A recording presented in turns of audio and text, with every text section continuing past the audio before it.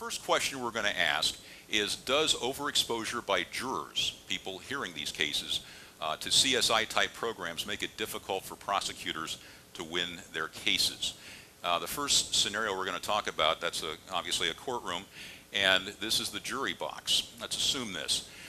You are a juror in a criminal case, and the criminal case specifically is about an aggravated assault with a knife, okay? Speculate, and I'm going to do this several times throughout, not just this presentation, but all the presentations I do.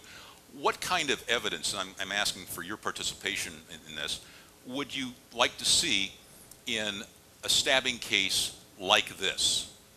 Just speculate. Tell me. A witness would be good, okay. And we're going to have that in this particular scenario. What else would you like to see?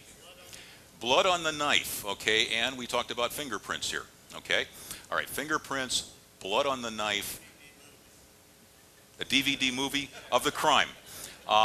Most people aren't willing to say, hang on, before you do this, let me get my recorder out. And the other half of the formula is the people doing it typically don't hold still for that. However, when you do talk about it, there are many instances where there is a security camera, and I know they're all over the place here. It makes me a little nervous, quite frankly, but it's for our own protection, our own safety.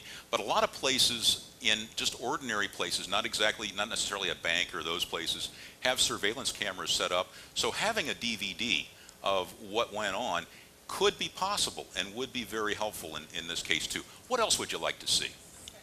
A confession is good. It's good for the soul. It's good for convictions too. You're right. Over here. Okay, and you heard that. And again, I'll try to repeat these. Remember to repeat these for the television audience later on. A motive. Somebody has a grudge against somebody else, or somebody has something that, pardon me, at least prompts them to do this. And I think that the things the police look for are motive and opportunity in those cases. All right, that's good. Anything else? DNA, okay? And on the knife handle, wherever it may be, that's always a good thing to have. What else? A bullet, if it's a gun, but we're talking about a knife. Oh, a body. Okay, I'm sorry. And I'm getting old, and my hearing is all, it was shot before I got old, so you'll have to be sure to speak up. Yes, a body. In the case I'm thinking of, which happened in a nearby jurisdiction up in Akron, Ohio, which is Summit County, but about 30 miles away from where we live, there wasn't a body because the guy lived. It was a felonious assault, but not a murder in this case. What else would you like to see, or have you pretty much exhausted the list?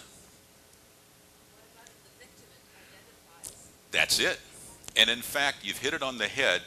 And the answer was, how about the victim's identification and saying, that's the guy. He's the one who did it. Now, in a later lecture, we're going to talk about the faulty nature of eyewitness identification and how that can sometimes, and many times, lead to false convictions. But in the case I'm thinking of here, which originated as set up in Akron, you did have at least somebody who was saying, you know, I'm the victim, and that's the guy who did it, and I can clearly identify him. I'm going to refine the facts a little further in this case and indicate that not only was there an eyewitness, that is the victim, identifying the person, but also it was a known offender. In other words, what happened was this gentleman who was stabbed went to the assailant's house to buy drugs. Drug deal gone bad. Stabbing occurs. The victim of the case, the person who was going to sell the drugs, said, that's the guy. He came into my house. I know it's him. There's no question in my mind about it. It wasn't a random street act. Okay. There were also witnesses through the EMS personnel who came to pick up the victim, the doctors at the hospital, all of whom heard the victim saying, John is the guy who stabbed me. Okay. With all of that, the prosecutor in this case had all of that. He didn't have the DNA, he didn't have the blood splatter, he didn't have the forensics, but he had the eyewitness. Not just the eyewitness of the person who was stabbed, they had his girlfriend who was present, plus all the medical personnel. With all of that, this young prosecutor trying one of his first criminal cases in the felony division up in the Summit County Common Pleas Court, argued to the jury, it's all here, convict him. Verdict, any guesses? You got two guesses. Not guilty. Otherwise, I wouldn't be using this because it would be kind of an ordinary case. Not guilty, and after the shocked young prosecutor went back to talk to the jury, which you're allowed to do after the case is over, they said, "Kid, you did a nice job, you know, and we had an eyewitness ID, we had all of those things, pardon me, but you needed some forensics. We would like to have seen blood splatter. We'd like to have seen DNA. We'd like to have seen some other things that would forensically link the alleged assailant to the victim in this case." Young prosecutor said to the jury, "I had everything else. I have an eyewitness. I had eyewitnesses. Why do we need forensics?" And the answer from one of the jurors was, "Kid, don't you watch those TV shows?" Yeah, well, true. The young prosecutor, I know this to be the case because the young prosecutor is our son. And my wife is here in the audience. There she is. And if you haven't seen my wife about a little ticky thing like we talked about, just raise your hand and she'll come back to you. But our son said, "Dad, I can't believe it. I had it all.